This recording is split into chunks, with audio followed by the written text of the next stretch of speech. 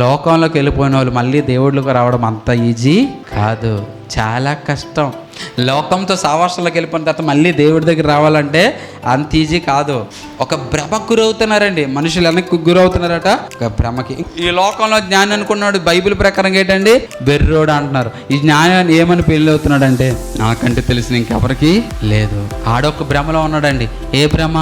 నేనే జ్ఞానినని ఒక భ్రమలో ఉన్నారు. కొంతమందికి ఫీలింగ్ ఉంటుందండి, నాకు తప్ప ఎదుటోడికి ఏమీ రాదు అనే ఒక ఫీలింగ్ ఉంటుందండి. నేను తప్ప మరొకటి ఇది ఎవడు చేయలేడు అని ఒక ఫీలింగ్ ఉంటుందండి. నేనే గొప్పోడిని అని కొంతమందికి ఒక ఫీలింగ్ ఉంటుందండి. వాళ్ళందరూ దేనిలో ఉన్నట్టు? ఒక మాయలో బతుకుతున్నారండి. నేనే గొప్ప, నాకే వచ్చు, నా వల్ల అవుతుంది, నా వల్ల ఇదంతా జరుగుతుంది అనుకోవడం ఏంటండి ఇదంతా? చెప్పండి. నాకే వచ్చు, నేనే గొప్ప, నా వల్ల అవుతుంది, నేను తప్ప ఇంకెవరు లేరు, ఇలా అనుకోవడం ఏంటి? ఒక భ్రమ. అది కాదు. బైబిల్ ఏం చెప్తుంది? నీ వెర్రోడురా అంటున్నది. ఈ లోక జ్ఞానము దేవుని దృష్టికి ఎలాంటిదట?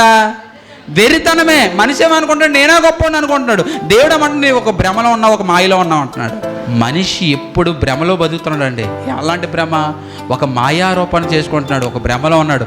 నాకు నేనే గొప్ప అనుకుంటున్నాడు, ఒక భ్రమలో ఉన్నాడు.